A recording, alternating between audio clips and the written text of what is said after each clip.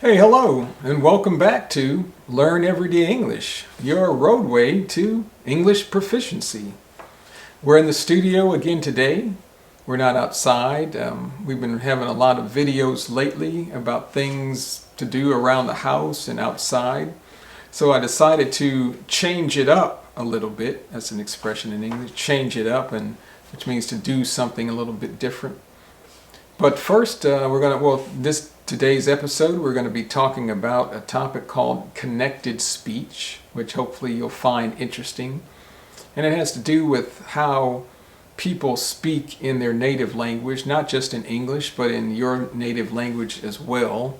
I'm sure you have what's called connected speech, which is where the words may not be pronounced and we say enunciated specifically and individually that fit into a nice form. We kind of scrunch, we say, or crunch or push words together, and one word just blends into the next word and into the next word, so it's not as easy to understand sometimes, but that is the case with normal regular speech, right? But if you like these videos, one, hit the like button, two, subscribe, hit the bell for notifications, and two, tell your friends so that they can benefit. Again, I want to mention we have a web page now called Learn Everyday English at www.learneverydayenglish.com. That's www.learneverydayenglish.com. And there we also have links to something else that's new, our podcasts that you can listen to on your cell phone, or you can actually listen to on your computer through the web page, but you can also download the podcast on your cell phone using apps like Apple Podcasts, Google Podcasts, Spotify, and other applications like that. So be sure to check out the podcasts and the web page. So without further ado, let's get going. We're going to be talking about connected speech. So what is exactly connected speech? So connected speech means that when we speak a language, I'm speaking English, you speak whatever language, your native language, words have some effect on each other or on other words. So we do not always pronounce words completely or separately with a neat pause in between. In fact, many words affect each other when you put them into phrases and sentences. The end sound of one word often affects the beginning of the next word. And there are many different ways that connected speech happens. Sometimes sounds are added, sometimes they're omitted or deleted or changed in different ways. And this can really make learning a new language difficult. And said I am a language learner just like you.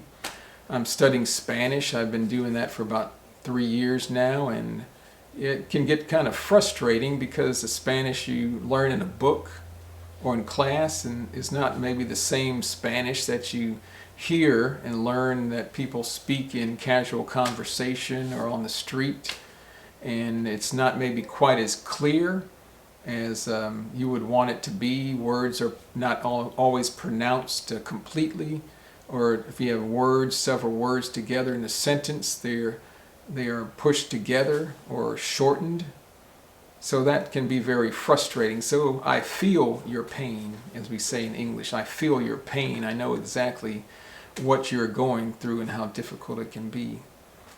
But often language learners like you and me don't have a problem when reading, right, in the target language, because it's much easier because we don't have to decipher how the words are combined or some letters are left out or omitted. And so we don't have a problem when reading in our new target language, but the problem comes in when we try to listen to common speech among native speakers. You can agree with that, I'm sure. So confusion about meaning in connected speech is especially common for non-native speakers listening to native speakers talk. Speech is often a continuous stream of sounds without, we say, clear-cut or defined borderlines or boundaries, you can say, between each word.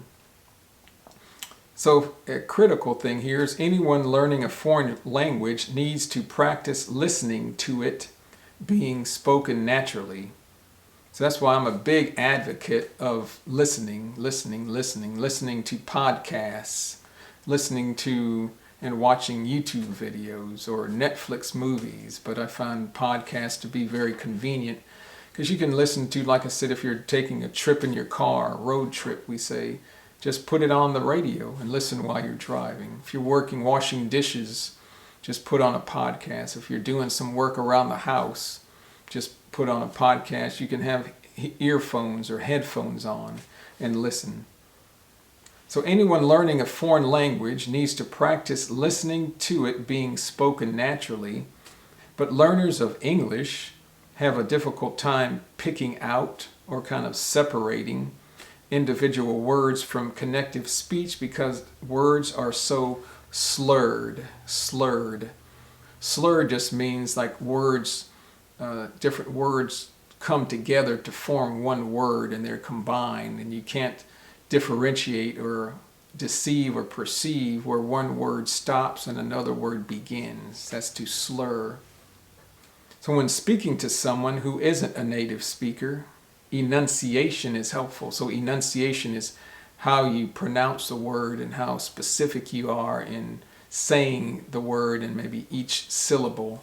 So in this video, I do try to enunciate more than normal. Say if I was talking to a friend, so it'd be a little bit easier for you to understand because I know it can be frustrating. But you can also help them to understand you by speaking more slowly and pausing slightly between each word, and I do that as well. So I'm going to give you some examples of connected speech. Some of these you probably know. It may not be very difficult for you. But the first word or example is next door. So she lives next door to me. But next has a T at the end, next door. But a lot of times we don't say next door, we say next door. The T becomes silent, or we drop the T at the end of the word next. So she lives next door. She lives next door. Then you see we don't say she lives next door, we say next door, next door. So next and door are combined, or they're slurred into kind of one word or one sounding word, next door, next door. So in this video, get some practicing or pronunciation practice by repeating after me, next door, next door. And see how the emphasis or the stress is placed on the word door or the second syllable. She lives next door. We don't say she lives next door. She lives next door. Another word where we drop off the T sometimes is the word most. Most. So for example, most common. Most common. English is the most common language spoken in the world. But a lot of times we'll say most common. We drop the T, most common. So English is the most common language. But again, when we speak with friends and we speak a little faster, we'll say English is the most common language. So instead of most common, see how there's a pause between the two words, most common or most common. It's most common language. So your ear just has to get used to that. It has to get tuned to hearing that, most common. Another very common expression is when we use the words used to, like I'm used to hearing my English teacher speak very slowly and clearly. I'm used to. But in common speech, we don't really say it like that. We say used to, I'm used to. So we drop the D off of used to, we say used to. Or a lot of times we'll say used to. I'm used to hearing that. Used to. I'm used to doing that. Or she's used to this. I'm used to eating dinner at 5 p.m. every evening. I'm used to listening to specific type of music. Used to, instead of used to, used to. So again, very common in English, instead of saying to, we say to, used to, used to. The next example is the phrase, she gets up at 8. She gets up at 8, or 8 in the morning, or she gets up at 8. We don't really say it like that. So we say she gets up at. So gets up at, we say gets up at, gets up at, gets up at. She gets up at. She gets up at 8. So see how she gets up at 8 changes to, hey, she gets up at 8. She gets up at 8. She gets up at 8. That whole sentence becomes almost like one continuous word, right? She gets up at 8. She gets up at 8. And then you might get confused and you hear 8. And you think, 8, that's the past tense of eat, right? What does it have to do with eating? Then you may not understand gets up at. Gets up at. She gets up at 8. But she gets up at 8. So again, in this video, it'd probably be helpful to just watch this video over and over several times to get used to these expressions. Another example is the question, where do you live? So, you might take an English class, right? The book will say, where do you live? Oh, I live at, but really you might hear native speakers say, where do you live? Where do you live? So where do, instead of saying do, sometimes, a lot of times we say duh. Where do? Where do you live? Where do? Instead of saying you, we say ya. So instead of do ya, it's do ya. Live. But we combine where do you live to where do you live? Where do ya? Hear that? Where do ya? Where do ya? Where do you? Where do ya?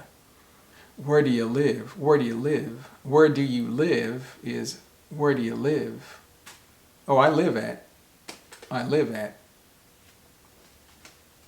The next one that's very common, very, very common. So remember this. I'm going to. I'm going to. A lot of times we'll say I'm gonna. I'm gonna go. So I'm going to, we'll say I'm gonna go. So going to is gonna. I'm gonna go, or I'm going to go. But a lot of times we'll say I'm going. Instead of saying going, we drop the G. Going. Going becomes going. Going to, so remember I said to, a lot of times we'll say to. So going to becomes going to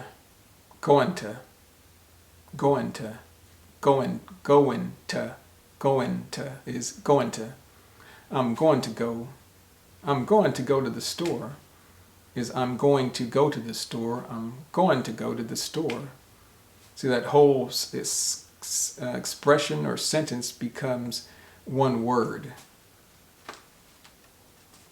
Again, the next example is she can, like she can do it. But instead of saying can, a lot of times we'll say can. She can. She can do it, or you can do it. Instead of you can do it, we say can. You can do it. He can do it. So remember that. That's very, very common. As far as can, also we can say I'm going to the store and buy a can of beans or some type of food product. A can of. But really we'll say a canna. Then we're saying, instead of saying of, we say a. A can of is a can-a, but we say a canna, but then we say a canna. So I need to buy a can of Coke, which is a can of Coke or Coca-Cola, a can of Coke. The next example is me and you. Yeah, me and you. Hey, that's a very common expression.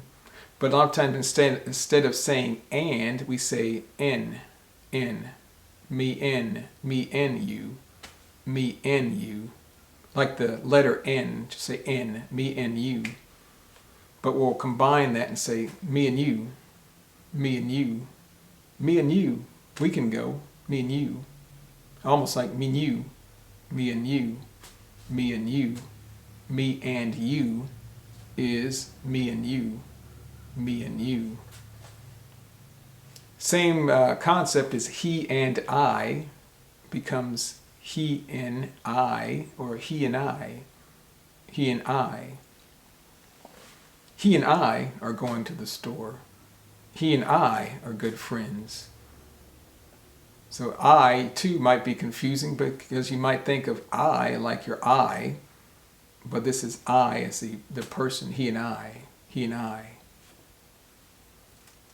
This one's very common expression. We say, if we want to say in a couple of days, a couple of, very common expression, means like several or a group of a couple. So in a couple of days, we are going on vacation. In a couple of days, we are going on vacation. Remember, we say of, we say but instead of saying in a couple of days, it sounds like in a couple of, couple of becomes couple of. So in a couple of days becomes in a couple of days, in a couple of days, in a couple of days, in a couple of days. So I know that can be really confusing. The next example is filling up. Filling up. Maybe you're getting full, your stomach is filling up, or you're filling up your car with gas. Again, a lot of times we'll drop the G on words that end in ing, and we just replace it by N or N. So saying filling up, we say filling up, filling up. So I'm filling up the car, I'm filling up the car, filling up the car, filling up, filling up, filling up. This one's very common. One of the. Like he is one of the brothers of Mr. Johnson. One of the. But saying one of the, we say one of the. One of the. Remember, instead of saying of, we say one Instead of saying one of the, we say the, one of the. But we combine or slur it together. One of the is one of the, one of the, one of the, one of the. The next example is and a. Let me see, we can say I want this and another one, or and another one. But instead of saying and we say anna, and becomes n, anna, anna, and anna.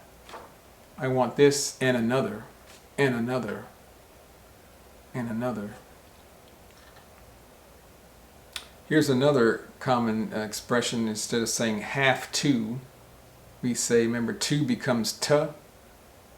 So instead of saying have to, it's have to. Have to. And the V almost becomes, and it sounds like an F. Have to. Have to.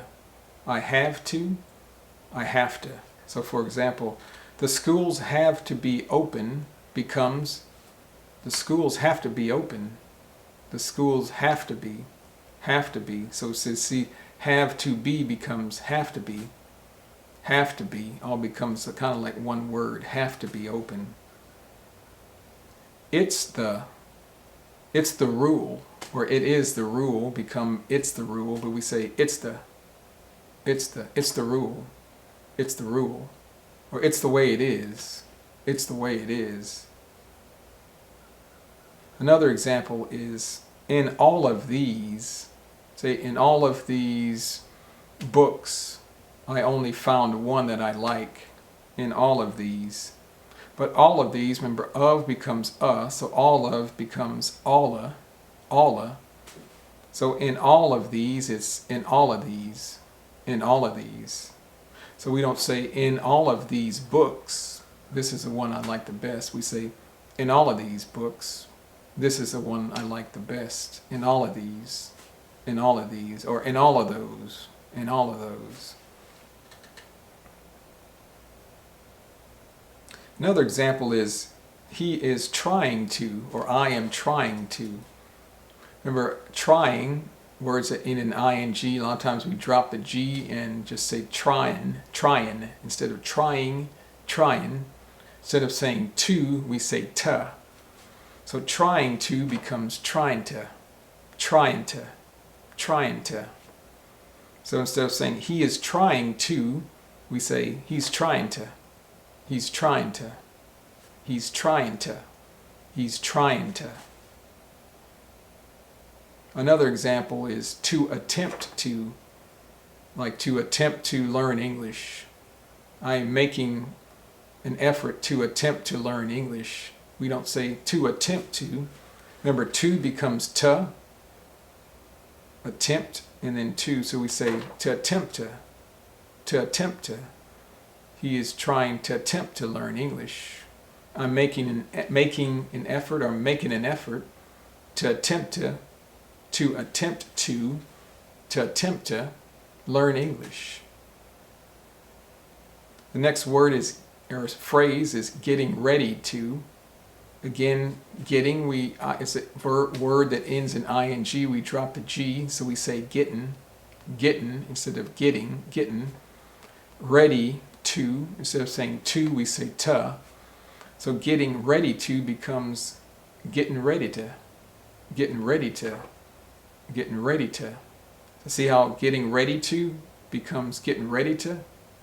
And it speeds up as we combine those three words into almost one word. Getting ready to becomes getting ready to, getting ready to, getting ready to. Another example is, what are you doing? What are you doing? A lot of times we don't say that. What are you? Instead of saying what are, we say whatcha, whatcha. What are you is whatcha, whatcha. Instead of saying doing, remember we drop the G, we say doing, doing. So what are you doing becomes what you doing, what you doing, what you doing, what you doing. And the answer is I'm cutting the grass, I'm reading a book, I'm reading, I'm reading, I'm reading a book is I'm reading a book. Instead of saying a book, a book. So a book becomes a book, a book. I'm reading a book is I am reading a book. I'm reading a book. So those are some words and phrases in connected speech. These are just some general examples.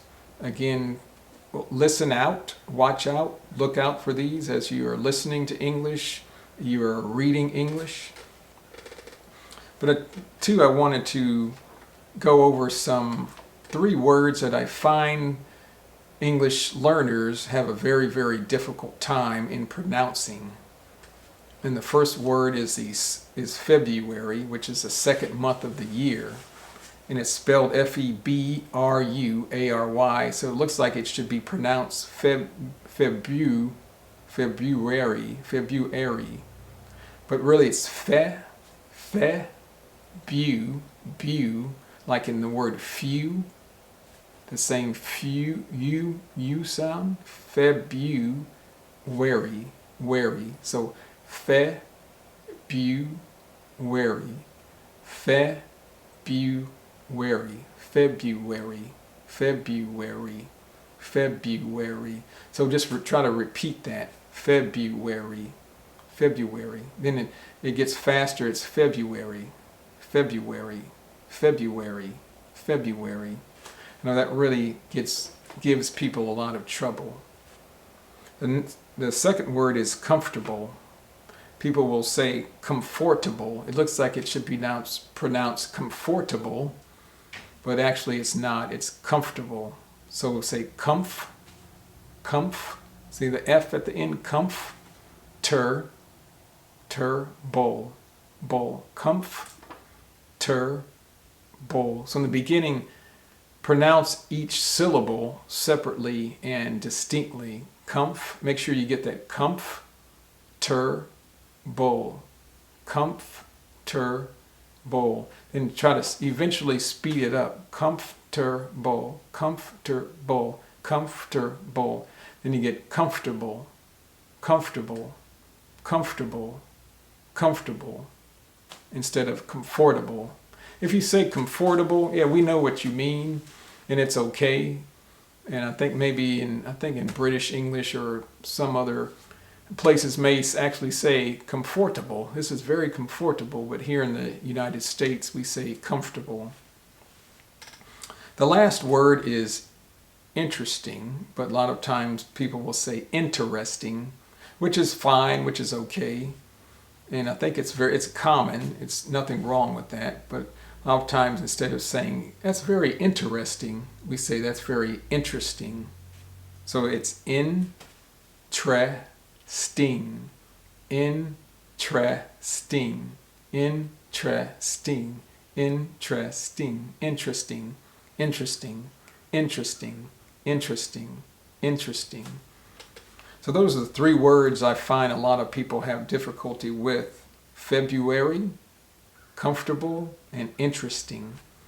So I made a sentence with these three words that you might want to practice. It's interesting that the weather is comfortable in February. It's interesting that the weather is comfortable in February. Hey, it's interesting that the weather is comfortable in February. So try that, practice that sentence. You might not get it right for a while the first time or the first several times, but just listen to it over and over again. You'll get it. So now I'm going to leave you with two phrases or kind of short sentences that I made up. One speaking, you might say, book English, the correct English, and second time I'm going to say it through and how people may normally speak it. So the first sentence is, in a couple of days, he and I are going to go to the most common vacation spot in the country, and that's the Grand Canyon. So listen how this sounds in, say, formal book speech. In a couple of days, he and I are going to go to the most common vacation spot in the country, and that's the Grand Canyon. So you probably don't have any problem understanding that, right? But now I'm going to say it in a different manner, which you might hear more in informal speech or everyday speech people speak on the street with each other. And it goes like this. In a couple of days, he and I are going to go to one of the most common vacation spots in the country, and that's the Grand Canyon. So I did kind of slow that down a little bit, so let me see if I can read that at a regular pace. In a couple of days, he and I are going to go to one of the most common vacation spots in the country, and that's the Grand Canyon. Again, in a couple of days, he and I are going to go to one of the most common vacation spots in the country, and that's the Grand Canyon. So can you see how that's very different than the first version? And that's what makes it so difficult to learn a language. You just have to hear this over and over again. The second example is this. This is in the formal book type speech. I like to use that word. She used to get up at 7:30 a.m., but now she gets up at 8. She used to get up at 7:30 a.m., but now she gets up at 8. But now I'm going to say it a little differently in more informal speech. She used to get up at 7:30 a.m., but now she gets up at 8. She used to get up at 7:30 a.m., but now she gets up at 8. She gets up at 8. She used to get up at, instead of she used to get up at, she used to get up at. Now she gets up at, now she gets up at, and now she gets up at. So I hope you found this interesting. Hopefully you found this helpful. I know, like I said, I'm learning Spanish. I have the same difficulty. And I just found that if I just have to listen, the ear starts to catch, we say, more things, more sounds. It can start to differentiate between sounds a little bit better. Tell you a story. My mother-in-law is from Mexico, and I used to have a very, very difficult time understanding her, and I couldn't hardly make out anything. But now over time, I still cannot understand everything she says, but I can understand more and more as I just listen more and more. My ear is starting to slowly become tuned to the language, but it's a slow process. It's nothing that happens, we say, overnight. It takes a lot of time, patience, and consistency.